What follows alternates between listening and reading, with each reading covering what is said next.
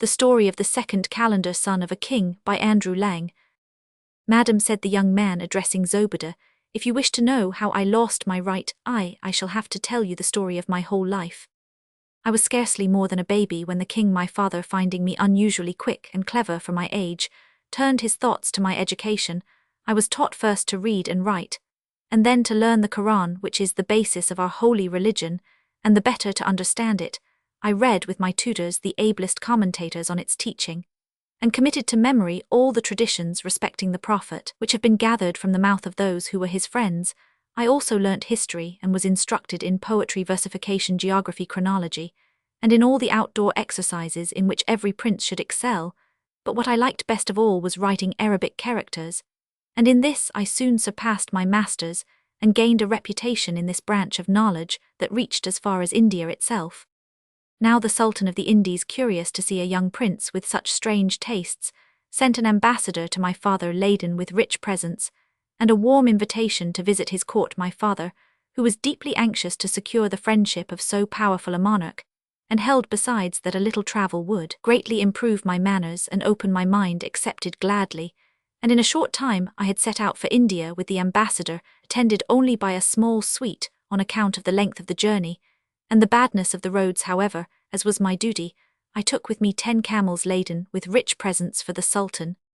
We had been travelling for about a month, when one day we saw a cloud of dust moving swiftly towards us, and as soon as it came near, we found that the dust concealed a band of 50 robbers. Our men barely numbered half, and as we were also hampered by the camels, there was no use in fighting, so we tried to overawe them by informing them who we were, and whither we were going. The robbers, however, only laughed, and declared that was none of their business, and without more words attacked us brutally. I defended myself to the last, wounded though I was, but at length, seeing that resistance was hopeless, and that the ambassador and all our followers were made prisoners, I put spurs to my horse and rode away as fast as I could, till the poor beast fell dead from a wound in his side.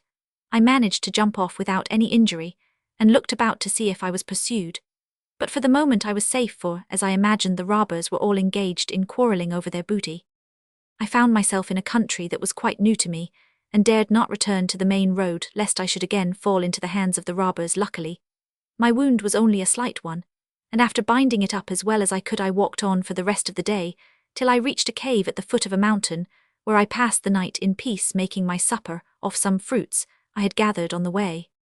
I wandered about for a whole month without knowing where I was going, till at length I found myself on the outskirts of a beautiful city watered by winding streams, which enjoyed an eternal spring. My delight at the prospect of mixing once more with human beings was somewhat damped at the thought of the miserable object.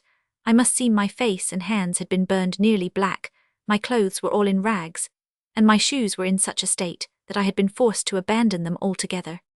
I entered the town and stopped at a tailor's shop to inquire where I was. The man saw I was better than my condition, and begged me to sit down, and in return I told him my whole story. The tailor listened with attention, but his reply, instead of giving me consolation, only increased my trouble. Beware, he said, of telling anyone what you have told me, for the prince who governs the kingdom is your father's greatest enemy, and he will be rejoiced to find you in his power.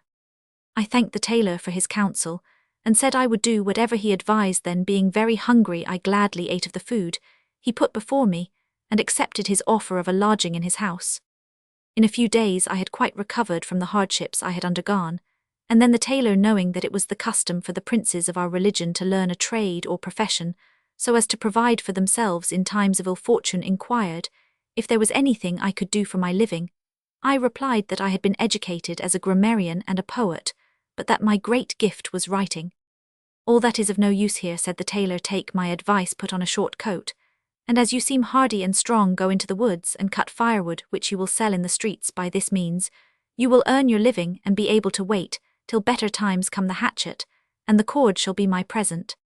This counsel was very distasteful to me, but I thought I could not do otherwise than adopt it, so the next morning I set out with a company of poor woodcutters to whom the tailor had introduced me even on the first day. I cut enough wood to sell for a tolerable sum, and very soon I became more expert, and had made enough money to repay the tailor all he had lent me. I had been a woodcutter for more than a year when one day I wandered further into the forest than I had ever done before, and reached a delicious green glade, where I began to cut wood. I was hacking at the root of a tree, when I beheld an iron ring fastened to a trapdoor of the same metal, I soon cleared away the earth, and pulling up the door found a staircase which I hastily made up my mind to go down, carrying my hatchet with me by way of protection. When I reached the bottom, I discovered that I was in a huge palace as brilliantly lighted as any palace above ground that I had ever seen, with a long gallery supported by pillars of jasper, ornamented with capitals of gold. Down this gallery, a lady came to meet me of such beauty that I forgot everything else and thought only of her. To save her all the trouble possible, I hastened towards her and bowed low. "Who are you? Who are you?" she said. "A man or a genius?" "A man, madam," I replied. "I have nothing to do with genii." "By what accident do you come here?" she asked again, with a sigh. "I have been in this place now for 25 years, and you are the first man who has visited me." Emboldened by her beauty and gentleness, I ventured to reply. "Before, madam, I answer your question, allow me to say how grateful I am for this meeting, which is not only a consolation to me in my own heavy sorrow, but may perhaps enable me to render your lot happier." And then I told her who I was, and how I had come there. "Alas, prince," she said with a deeper sigh than before, "you have guessed rightly in supposing me an unwilling prisoner in this gorgeous place. I am the daughter of the king of the Ebony Isle, of whose fame you surely must have heard at my father's desire. I was married to a prince who was my own cousin, but on my very wedding day I was snatched up by a genius, and brought here in a faint. For a long while I did nothing but weep, and would not suffer the genius to come near me. But time teaches us submission, and I have now got accustomed to his presence, and if clothes and jewels could content me, I have them in plenty every 10th day. For 25 years I have received a visit from him, but in case I should need his help at any other time, I have only to touch a talisman that stands at the entrance of my chamber. It wants still 5 days to his next visit, and I hope that during that time you will do me the honor to be my guest." I was too much dazzled by her beauty to dream of refusing her offer, and accordingly the princess had me conducted to the bath, and a rich dress befitting my rank was provided for me. Then a feast of the most delicate dishes was served in a room hung with embroidered Indian fabrics.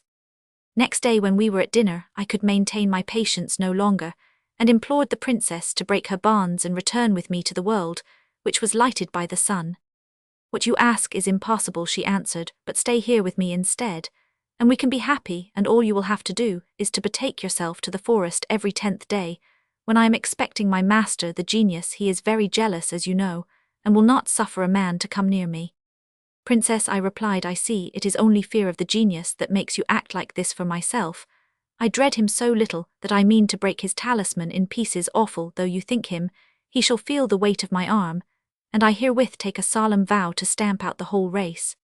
The princess, who realized the consequences of such audacity, entreated me not to touch the talisman. "If you do, it will be the ruin of both of us," said she. "I know genii much better than you, but the wine I had drunk had confused my brain.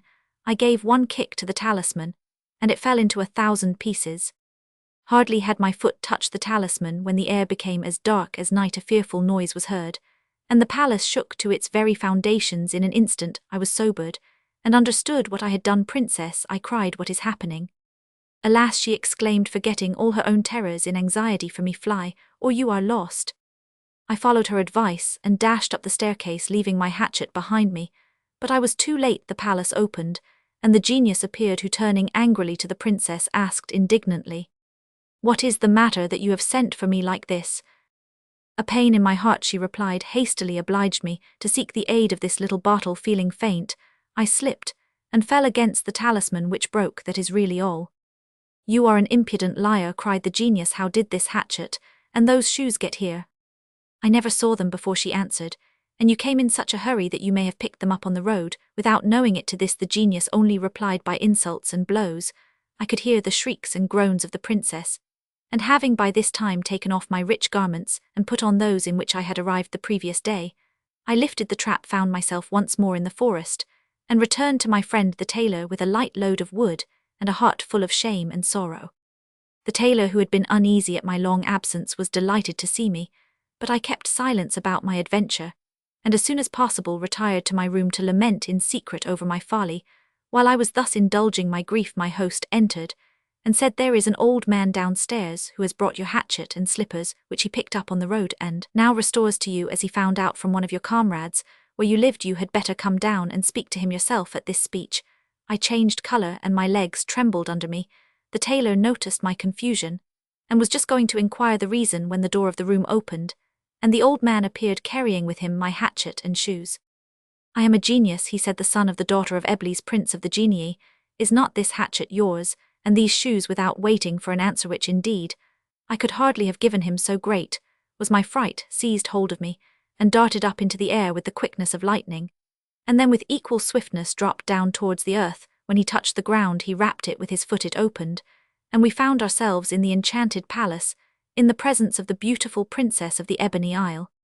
But how different she looked from what she was when I had last seen her, for she was lying stretched on the ground, covered with blood and weeping bitterly. "Traitress," cried the genius, "is not this man your lover?" She lifted up her eyes slowly, and looked sadly at me. "I never saw him before," she answered slowly. "I do not know who he is." "What?" exclaimed the genius. "You owe all your sufferings to him, and yet you dare to say he is a stranger to you?" "But if he really is a stranger to me," she replied, "why should I tell a lie and cause his death?" "Very well," said the genius, drawing his sword, "take this, and cut off his head." "Alas," answered the princess, "I am too weak even to hold the saber. And supposing that I had the strength, why should I put an innocent man to death?" "You condemn yourself by your refusal," said the genius. Then turning to me, he added, "And you do not know her?" "How should I replied, resolved to imitate the princess in her fidelity. "How should I when I never saw her before?" "Cut her head off then if she is a stranger to you, and I shall believe you are speaking the truth, and will set you at liberty." "Certainly," I answered, taking the saber in my hands, and making a sign to the princess to fear nothing, as it was my own life that I was about to sacrifice and not hers.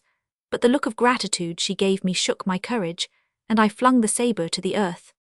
"I should not deserve to live," I said to the genius, "if I were such a coward as to slay a lady who is not only unknown to me, but who is at this moment half dead herself. Do with me as you will, I am in your power, but I refuse to obey your cruel command." "I see," said the genius, "that you have both made up your minds to brave me, but I will give you a sample of what you may expect." So saying, with one sweep of his saber, he cut off a hand of the princess, who was just able to lift the other to wave me an eternal farewell. Then I lost consciousness for several minutes.